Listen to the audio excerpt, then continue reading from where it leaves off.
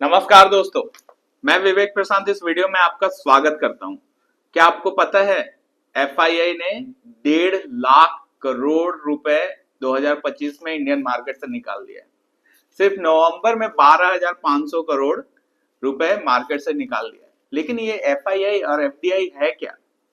तो इसको डिटेल में समझते हैं कि ये एफआईआई और एफडीआई होता क्या है और ये कैसे इंपैक्ट करता है मार्केट को। तो वीडियो में आगे बढ़ने से पहले मैं बता दूं कि मैं विवेक प्रशांत एक सेबी रजिस्टर्ड रिसर्च एनालिस्ट हूं। मैं ऐसे ही इंफॉर्मेटिव वीडियो डेली अपने यूट्यूब चैनल पे डालता हूं। अगर आप एक अच्छे इन्वेस्टर और ट्रेडर बनना चाहते हो तो मुझे सब्सक्राइब कर लो और बेल आइकन भी दबा दो, जिससे नोटिफिकेशन आपको जल्दी से जल्दी मिल सके और मेरी कोई भी वीडियो आपकी मिस ना हो। तो चलिए समझते हैं कि एफपीआई, एफआईआई और एफडीआई ये क्या होता है। तो चलिए समझते हैं। तो आप देख सकते हो अपने स्क्रीन पे एफडीआई, एफपीआई और एफआईआई, ये तीन टर्म है।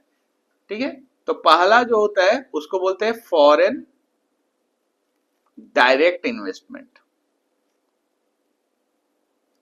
इसका मतलब हो गया कि जो बाहर की कंपनी इंडिया में डायरेक्टली इन्वेस्ट करती है, मार्केट में नहीं, डायरेक्टली अपना बिजनेस सेटअप करती है इंडिया में, उसको बोलते हैं एफडीआई। जैसे कि एचयूएल, नेस्ले, ठीक है, और भी बहुत सारी कंपनी है। जैसे कि आप आप खुद से भी याद कर सकते हो कि बहुत सारी और भी कंपनी है, जो जैसे कि सैमसंग, फिर एप्पल और Xiaomi, वन प्लस, ये सारी कंपनी है जो कि बाहर की कंपनी है। और अगर कार मैन्युफैक्चरिंग में बात करें तो सुजुकी, हुंडई, ठीक है, टोयोटा। तो ये सारी जो कंपनीज हैं वो बाहर की कंपनी है, लेकिन इंडिया में डायरेक्टली बिजनेस कर रही है। यानी कि उनका जो ओनरशिप है आइदर 50% है या उससे ज्यादा है, तो उसको हम लोग एफडीआई बोलते हैं। दूसरा है एफपीआई, फॉरेन पोर्टफोलियो इन्वेस्टमेंट।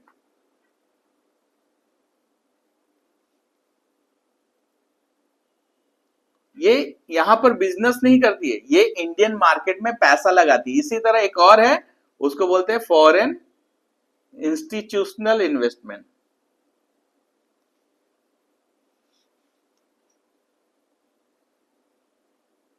ठीक है, तो एफपीआर, एफआईआई, ये जो दो कैटेगरीज हैं, ये डायरेक्टली इंडियन मार्केट में पैसा लगाती हैं और डायरेक्टली इंडियन कंपनीज में पैसा लगाती है और उसका ओनरशिप लेती है। 2%, 3%, 5%, जिस हिसाब से उनको कंपनी समझ में आता है वो इंडियन मार्केट में पैसा लगाती है। तो जो इंडियन मार्केट में इंपैक्ट करने वाली जो फॉरेन इंस्टीट्यूशन है वो है एफपीआई और एफआईआई।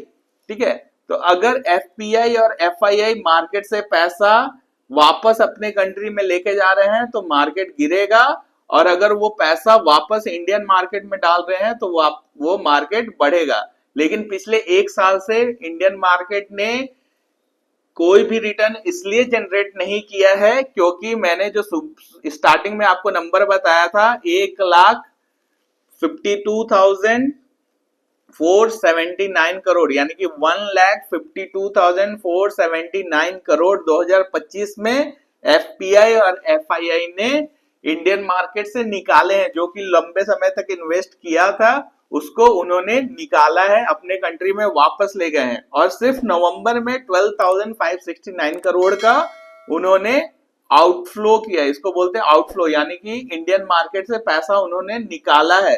अब इतना बड़ा नंबर अगर एक साल में निकालना है तो आप सिर्फ खैर मनाइए कि मार्केट गिरा नहीं है, मार्केट वहीं पे है। क्यों? क्योंकि हमारे जो म्यूचुअल फंड्स है, हमारे जो बैंक है, हमारे में थोड़ा अवेयरनेस आया है कि हम लोग मार्केट में अपना जो इंडिविजुअल ट्रेडर्स हैं वो मार्केट में डाल रहे हैं पैसा। इन्वेस्टर्स थोड़ा सा एवर हुए हैं कि म्यूचुअल फंड के थ्रू हम अपना अच्छा सा पोर्टफोलियो बना के आगे ग्रो कर सकते हैं, इस मार्केट से गिरा नहीं तो एफपीआई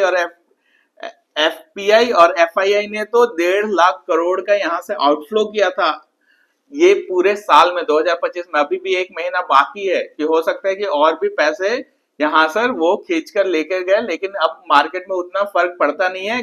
पहले इनका परसेंटेज ज्यादा था, अभी उनका BSE 500 में ओनली 17% है, फिर भी वो अभी भी सेकंड लार्जेस्ट है, इसको थर्ड लार्जेस्ट करना होगा। अपने DII यानी डोमेस्टिक इंस्टीट्यूशनल इन्वेस्टर, अपने म्यूचुअल फंड, अपने बैंक का जो ये शेयर है यहाँ पर बढ़ना चाहिए। 17% में ये सेकंड लार्जेस्ट है, फर्स्ट जो लार्जेस्ट है वो बिजनेस के ओनर है, बिजनेस के जो प्रोमोटर्स होते हैं उनके पास सबसे ज्यादा शेयर है।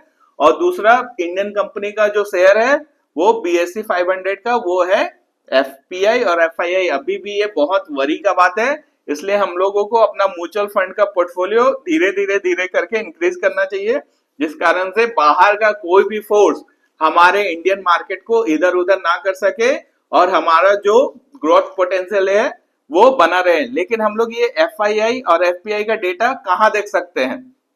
तो आप यहाँ पर सिर्फ गूगल में जाके आपको टाइप करना है FII DII डेटा। यहाँ पर आप देख सकते हो कि FII DII डेटा यहाँ इंटर करना है और NSE का जो पहला वेबसाइट है वहां जाना है और यहाँ पर आपको देखना है। यहाँ डेली डेटा आप आज भी देख सकते हो कि FII और FPI ने 4000 करोड़ का सेलिंग किया है और DII ने 5811 करोड़ का बाइंग किया है। तो यहाँ पर आप देख सकते हो, जिस कारण से मार्केट आज पॉजिटिव में रहा। तो FPI लगातार सेलिंग कर रहा है और DII लगातार बाइंग कर रहा है। ये 2025 का सिनेरियो मैं बता रहा हूँ। तो अगर आप एक अच्छे ट्रेडर और इन्वेस्टर बनना चाहते हो तो ये सारे टर्मिनोलॉजी आपको पता होना चाहिए और ये सारे डेटा भी आपको टाइम टू टाइम देखते रहना चाहिए, तभी आप एक प्रॉफिटेबल ट्रेडर बन के निकलोगे। ऐसे इंसाइटफुल कंटेंट के लिए आप मुझे सोशल मीडिया पे फॉलो कर सकते हो। बाकी इस वीडियो को लाइक, शेयर और सब्सक्राइब करना ना भूलेगा। Thank you.